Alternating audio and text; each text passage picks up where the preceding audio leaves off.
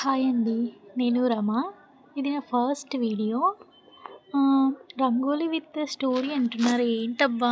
రంగోలీకి ఏమైనా స్టోరీ ఉందనుకుంటున్నారా? కాదండి. డైలీ మనం ఒక రంగోలీతో పాటు ఒక స్టోరీ తెలుసుకుందాం. ఎలాగంటే మనం ఏదేదో చేయాలనుకుంటాం, ఏమి చేయలేం కదా! చేయకుండా చాలాసార్లు బ్యాక్ స్టెప్స్ తీసుకోవడం అలా చేస్తుంటాం కదా! అలా కాకుండా రోజు ఒక స్టోరీతో మనల్ని మనం మోటివేట్ చేసుకోవడానికి ఒక రంగోలీ విత్ స్టోరీ, ఇది నా కాన్సెప్ట్ అండి. అండ్ ఈరోజు రంగోలీ ఇది కదా, ఈ రంగోలీతో పాటు ఒక స్టోరీ స్టార్ట్ చేద్దాం. నా స్టోరీ వచ్చేసి ఒక పక్షుల గురించి అనమాట. అంటే మనం ఏ టైంలో ఎలాంటి స్టెప్ తీసుకోవాలి అని ఒక మనకి కొంచెం అవగాహన కోసం. ఏంటంటే ఒక పొలం ఉంటుంది. ఆ పొలంలో ఒక చిన్న పక్షి గూడు కట్టుకుని తన పిల్లలతో జీవిస్తూ ఉంటుంది. కొంతకాలానికి ఏమవుతుందంటే మామూలుగా పంటలు కోతకొస్తాయి కదా, అలా పంట కోతకొచ్చింది. అప్పుడు పక్షి దాని పిల్లలు ఆ పొలం నుండి విడిచి ఇంకో చోటికి పోవాల్సి వస్తుంది. ఒకరోజు తల్లి పక్షి ఏం చేస్తుందంటే పిల్లలకి ఫుడ్ పెట్టాలి కదా, ఫుడ్ తీసుకురావడానికి కోసం అనేసి బయటికి వెళ్ళి ఉంటుంది. అప్పుడు రైతు వచ్చేసి తన స్నేహితుడితో మాట్లాడుతుంటాడు. మనమిద్దరం వచ్చి రేపు పొలం కోయాలి, నువ్వు నాకు సహాయం చేస్తావా అంటే, సరే వచ్చి రేపు మనిద్దరం కోద్దాము అనేసి చెప్తారు. ఆ మాటలు పక్షులు పిల్లలు వింటాయి కదా, విని సాయంత్రం తన తల్లి గుడికి వచ్చినప్పుడు తన తల్లికి చెప్తాయి, అమ్మ మనం రేపు ఇక్కడ నుంచి వెళ్ళిపోదాం, మనకి ఇక్కడ ఉండడానికి ఇదే లాస్ట్ రోజు కదా, ఈరోజు రాత్రి వెళ్ళిపోదాము, ఎందుకంటే రేపు రైతు పొలంకి వస్తాడంట, తన ఫ్రెండ్తో వాళ్ళ స్నేహితుడితో మాట్లాడుతుంటే మేము విన్నాము అని చెప్తాడు. అప్పుడు తన స్నేహితుడిని సహాయం అడిగాడు అని చెప్తాడు. అప్పుడు తల్లి ఏమంటుందంటే, ఏం పర్లేదు, రేపు ఇక్కడ కోతలు జరగవు, మనం ఎక్కడికి వెళ్ళాల్సిన అవసరము లేదు అని చెప్తారు. అప్పుడు ఆ పిల్లలు సరే అని చెప్పేసి అలాగే ఉంటాయి. మరుసటి రోజు ఉదయం రైతు పంట దగ్గరికి వస్తాడు.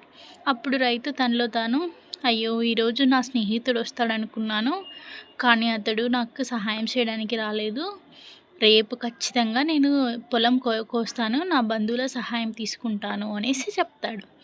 ఆ మాటలు పిల్లలు వింటాయి. పిల్లలు విని మళ్ళీ సాయంత్రం తల్లి వచ్చినప్పుడు తల్లికి చెప్తాయి, అమ్మ ఈరోజే ఇక్కడ ఉండడానికి చివరి రోజమ్మా, మనం వెళ్ళిపోదాము, రైతు ఈరోజు తనలో తాను మాట్లాడుకుంటున్నాడు, తన స్నేహితుడు రాలేదు కాబట్టి బంధువుల్ని పిలిచి కోతలు స్టార్ట్ చేయాలనుకుంటున్నాడమ్మా అని చెప్తారు. అప్పుడు తల్లి ఏమంటుందంటే, ఏం పర్లేదు, మనం ఈరోజు కూడా ఇక్కడే ఉంటాము, రేపు కోతలు జరగవు, ఏం జరగవు, మనం ఇక్కడే ఉందాము అంటుంది. అప్పుడు పిల్లలకి అర్థం కాదు. సరే అని చెప్పేసి అలాగే ఉండిపోతాయి. మరుసటి రోజు ఉదయం మళ్ళీ రైతు వస్తాడు. తల్లి చెప్పినట్టు అక్కడ కోతలు జరగవు, బంధువులు రారు. అప్పుడు మళ్ళీ ఆ రోజు రైతు ఏమనుకుంటా అంటే, ఇంకా ఎవరిని నమ్ముకున్నా కాదు, ఇలాగే ఉండిపోతే పంట చేతికి వచ్చిందంతా నాకు చేతికి రాకుండా పోతుంది అనేసి అనుకునేసి నేనే రేపు ఎలాగైనా సరే కోత మొదలుపెట్టి కోతను నేనే కొయ్యాలి అనుకుంటాడు.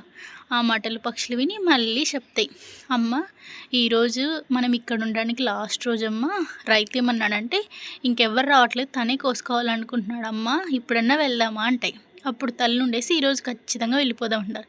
అదేంటమ్మా 2 సార్లు చెప్పినా నువ్వు వద్దన్నావు, ఇప్పుడు మాత్రం ఎలా అంటే, ఇన్ని రోజులు రైతు ఎవరి మీదో ఆధారపడ్డాడు, ఎవరి మీదో ఆధారపడినప్పుడు ఎవరు సహాయం కోసం దాదాపు రారు, తన మీద తనే నమ్ముకున్నాడు కాబట్టి రేపు ఖచ్చితంగా కోతలు జరుగుతాయి, అందుకే మనం ఈరోజు ఇక్కడ నుంచి వెళ్ళిపోదాము, మీరు కూడా అంతే, వేరే వాళ్ళపైన ఆధారపడి ఉండొద్దు, మీకు ఏమన్నా కావాలంటే అది మీరే చేసుకోండి అనేసి చెప్తారు కదా అండి. అర్థమైందా? పక్షులు మనకి ఈ విధంగా చెప్పాయి. కాబట్టి మనం కూడా ఎవరో వస్తారు ఏదో చేస్తారు అని కాకుండా మన మీద మనం నమ్మకంతో మన పనిని మనమే చేసుకుందామండి. ఎవరు ఏమో అనుకుంటారో, వాళ్ళు చేస్తారు వీళ్ళు చేస్తారు, ఎవరు చేయరండి, మనది మనమే చేసుకోవాలి. కాబట్టి మీరు అలానే చేసుకోండి. ఇదంటే ఇవాల్టి కథ. అండ్ ఇది నా రంగోలీ. అండ్ అలాగే నన్ను